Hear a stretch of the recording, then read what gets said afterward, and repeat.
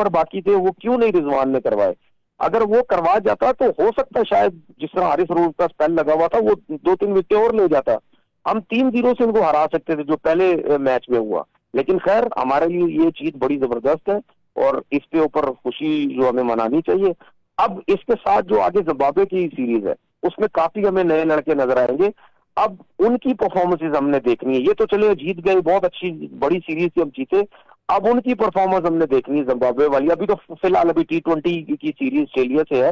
ये इस T20 पे पाकिस्तान की टीम इस जीत को लेके कैसा जो है वो जाती है। अगर T20 भी पाकिस्तान हरा देता है ऑस्ट्रेलिया को तो इसका मतलब ये है कि इस टीम का कॉन्फिडेंस, इस टीम का ड्रेसिंग रूम, लड़कों की परफॉर्मेंसेज बहुत जबरदस्त है। एक चीज मैं आपको बताऊं, मैं बार बार बोलता हूं, बाबर आजम को कप्तानी से हटाया, अब उसका माइंड जो है रिलैक्स हुआ है। बाबर आजम का पाकिस्तान टीम के लिए कंसिस्टेंट परफॉर्म करना बहुत जरूरी है, जो कि वो रेस्ट के बाद आया और वो नजर आ रहा है। उसकी वजह ये है क्योंकि बाबर आजम के अराउंड जितने भी लड़के हैं, रिजवान को हटा के, बाबर और रिजवान के आगे पीछे जितने भी लड़के हैं वो सारे नए हैं, ठीक है। अब ये 2 सीनियर लड़के हैं, इन 2 सीनियर लड़कों का कंसिस्टेंट पाकिस्तान टीम से खेलना, परफॉर्म करना बहुत जरूरी है। क्योंकि जब भी कोई नया लड़का आता है वो अपने सीनियर की तरफ देखता है कि यार सीनियर बहुत अच्छे से खेल रहा है, ये मुझे सिचुएशन बताएगा अगर मैं इसके साथ बैटिंग कर रहा हूँ, कैसा खेलना है, कैसा नहीं खेलना, किस टाइम तेज खेलना है, किस टाइम क्या बैटिंग करनी है। तो वो जो सीनियर जैसे साइम हो गया या अब्दुल्ला शफीक हो गया, इवन सलमान की मैं आगा की भी बात कर लेता हूँ, ये सब जितने भी, कामरान गुलाम की बात कर लेता हूँ, ये 4-5 जितने लड़के हैं इन सब की नजरें जो है वो बाबर और रिजवान के ऊपर होंगी। तो इनका, रिजवान का और बाबर का जो फॉर्म में आना है ये पाकिस्तान क्रिकेट के लिए और नए लड़कों के लिए बहुत जरूरी है। अच्छा तनवीर साहब, आपसे कुछ देर पहले पाकिस्तान की बॉलिंग लाइन के हवाले से बात कर रहे थे कि गुज़िश्ता मैचेस में जो देखा गया कि पाकिस्तान की बॉलिंग लाइन जो है वो काफ़ी ज़्यादा, उनकी जो कारकर्दगी थी वो उतनी खासी अच्छी नहीं रही जितनी हमेशा से रहती थी।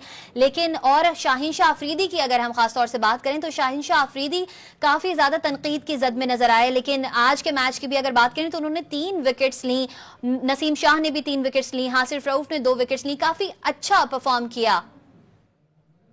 बिल्कुल। और देखिए शाहीन की तो जाहिर सी बात है वो नजरों में इस वजह से आए हुए थे, उनके अगेंस्ट बातें इस वजह से हो रही थी क्योंकि कप्तान भी बने, फिर उसके बाद उनसे कप्तानी ली गई, फिर उनका जो एटीट्यूड था वो अच्छा नहीं था।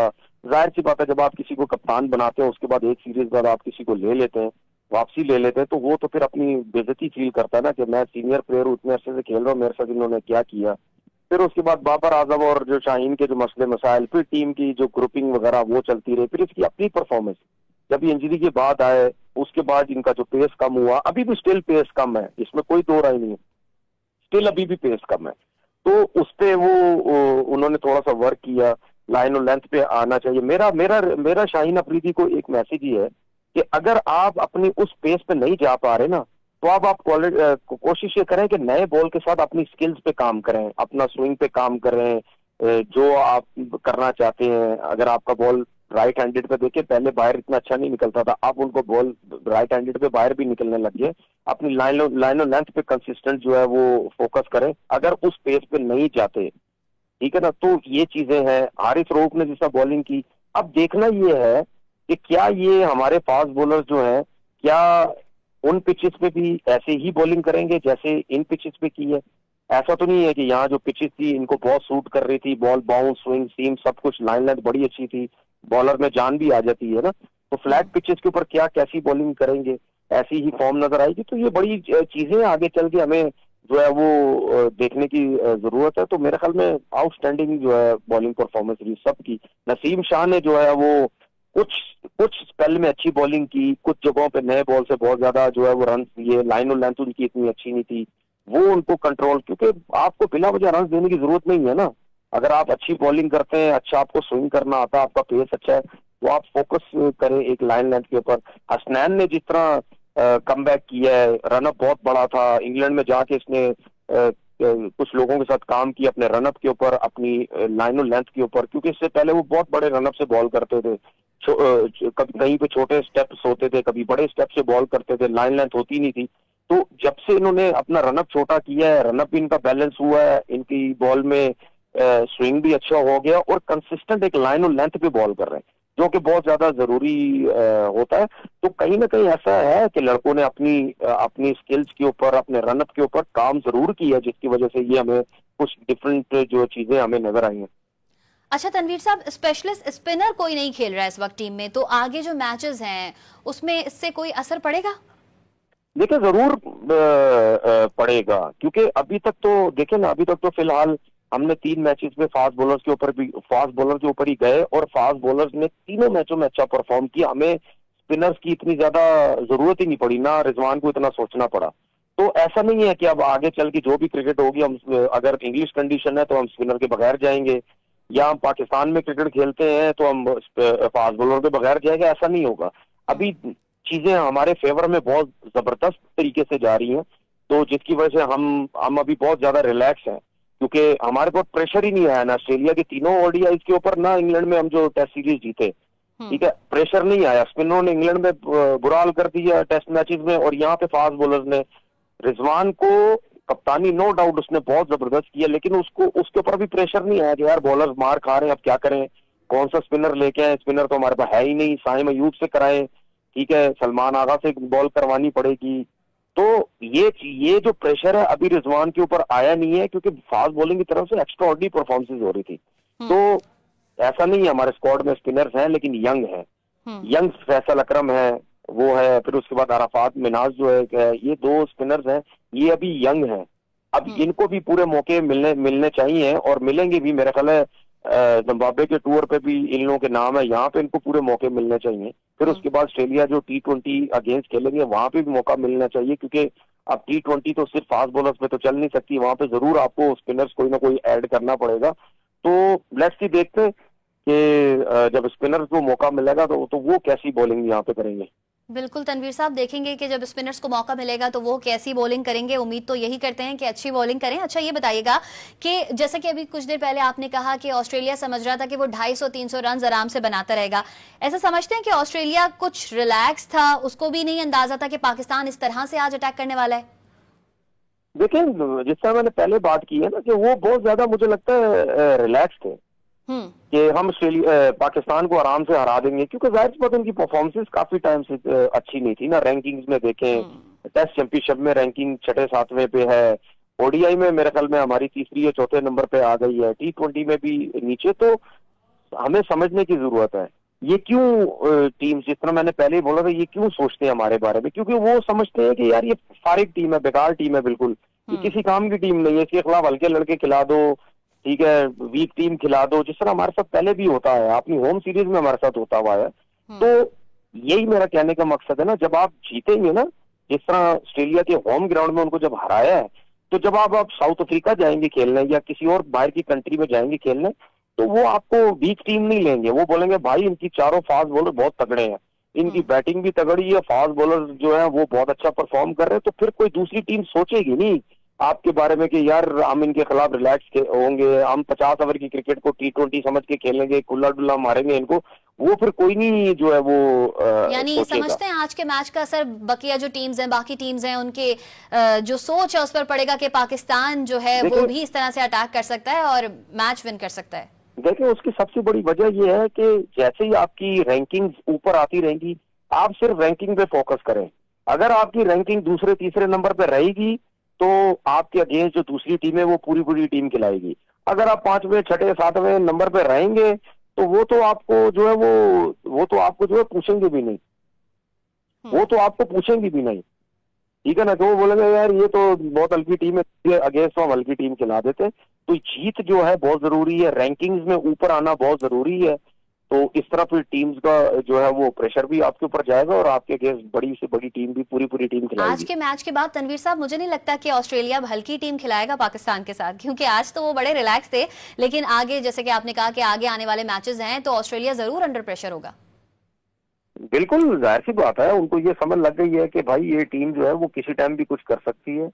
एक टाइम तो सोचा जाता था इस टीम के बारे में, ये पता नहीं 2 मैच भी जीत पाएगी, 1 मैच भी जीत पाएगी, लेकिन जिस तरह सीरीज जीती है तो अब जरूर हमें ये डिफरेंस हो सकता है, हमें तो T20 में नजर आएगा। और ऑस्ट्रेलिया की टीम कोशिश ये करेगी कि T20 में हम इनको हराएं और हम अपना जो है बदला वो लें। हालांकि हमारी टीम सब ज्यादातर प्लेयर यही समझते हैं कि हमारी टीम वनडे से ज्यादा T20 में ज्यादा अच्छा खेलती है, क्योंकि आपको पता है कि टेक्निकली हमारे प्लेयर इतने अच्छे है नहीं, जिसकी वजह से हम सोचते थे कि यार T20 में ये ज्यादा खुला डुल्ला क्रिकेट खेलते हैं, इनको टाइम कम चाहिए होता है।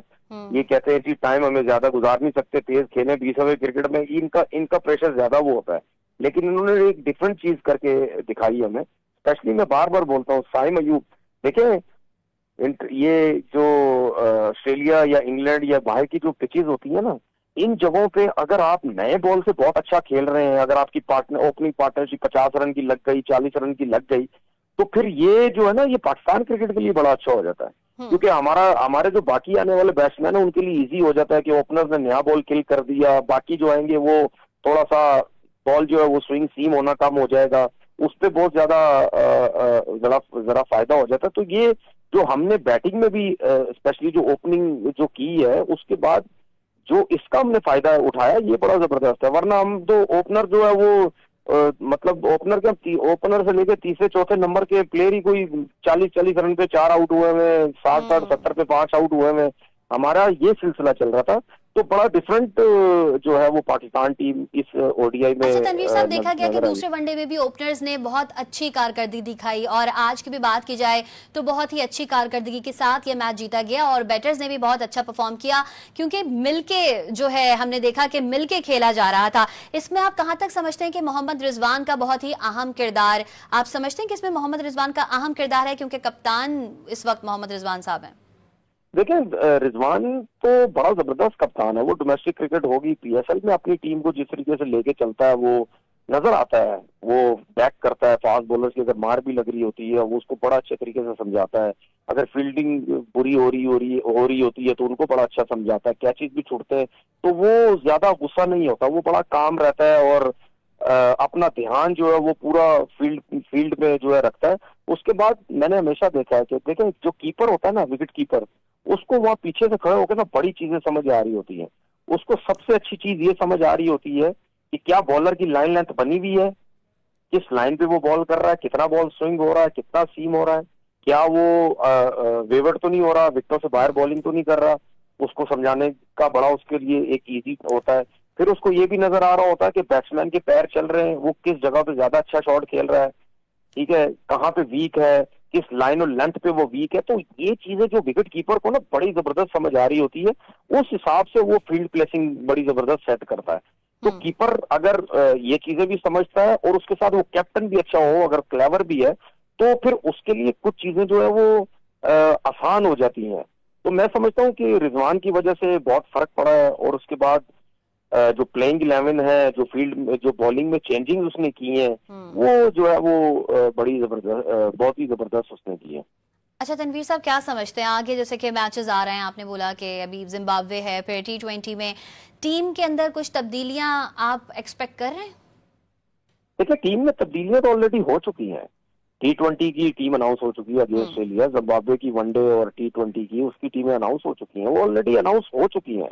वो अब बिल्कुल भी ऐसा हमें नजर नहीं आएगा कि टीम अनाउंस कब करेंगे, क्या करेंगे, वो टोटल अनाउंस हो चुका है।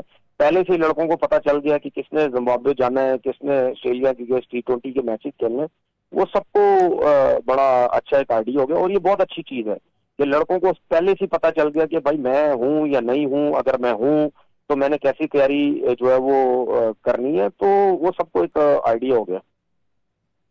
तनवीर अहमद साहब, ये बताइएगा कि पाकिस्तान की बैटिंग लाइन में क्या समझते हैं, किस कदर इम्प्रूवमेंट की जरूरत है? देखिए, इम्प्रूवमेंट तो जाहिर सी बात है, आप सारी जिंदगी खेलते रहते हैं, आप में इम्प्रूवमेंट ही इम्प्रूवमेंट है। लेकिन अब हमने करना क्या है, जो हम देख रहे हैं, देखिए नो डाउट हमारे ओपनर्स ने, बाबर की फॉर्म आई, रिजवान, ये सब ये बड़ा अच्छा खेले।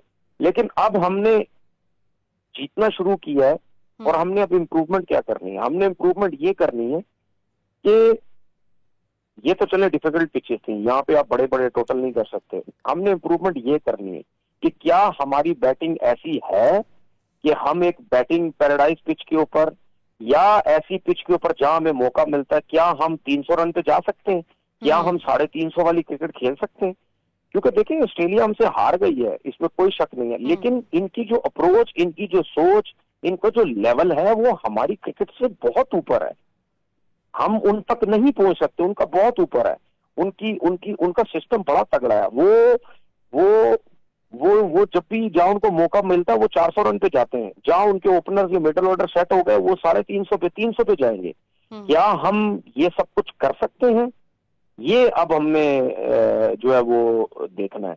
तो जब हम ये चीजें करने लग जाएंगे, क्या हम 300 350 रन चेस कर सकते हैं? देखिए, हमारी फास्ट बॉलिंग का तो आइडिया है हमें कि जहां हमें अच्छी कंडीशंस मिली वहां पे हमने आउट क्लास कर दिया बिल्कुल ऑस्ट्रेलिया को। लेकिन जहां बैटिंग की कंडीशंस हैं, क्या हमारी बैटिंग 300 350 या 350 तक जाती है? वो अभी तक हमें नजर नहीं आया, क्योंकि अभी तक हमारे ऊपर एक लेबल लगा हुआ है कि जहां हम 250 रन चेस करने जाएंगे हमारे लिए प्रॉब्लम हो जाएगी। ठीक है ना, चेज करना हमारे लिए 250 मुश्किल, या हमारी पहली बैटिंग होती है, क्या हम 300 350 करेंगे? ये बैटिंग में अभी इन चीजों की बहुत ज्यादा इंप्रूवमेंट की जरूरत है, क्योंकि हमें कहीं ना कहीं ये भी नजर आता है कि ओपनर तो हमें देख रहे नजर आ रहा है, मिडिल ऑर्डर भी हमें सेटल होता नजर आ रहा है, लेकिन जो नीचे के जो प्लेयर्स हैं, इंप्रूवमेंट की जरूरत है। पाकिस्तान ने 22 साल बाद ऑस्ट्रेलिया को उसके होम ग्राउंड पर वनडे सीरीज में शिकस्त दे दी है। हमारे साथ साबिक टेस्ट क्रिकेटर तनवीर अहमद मौजूद थे, आपका बहुत शुक्रिया।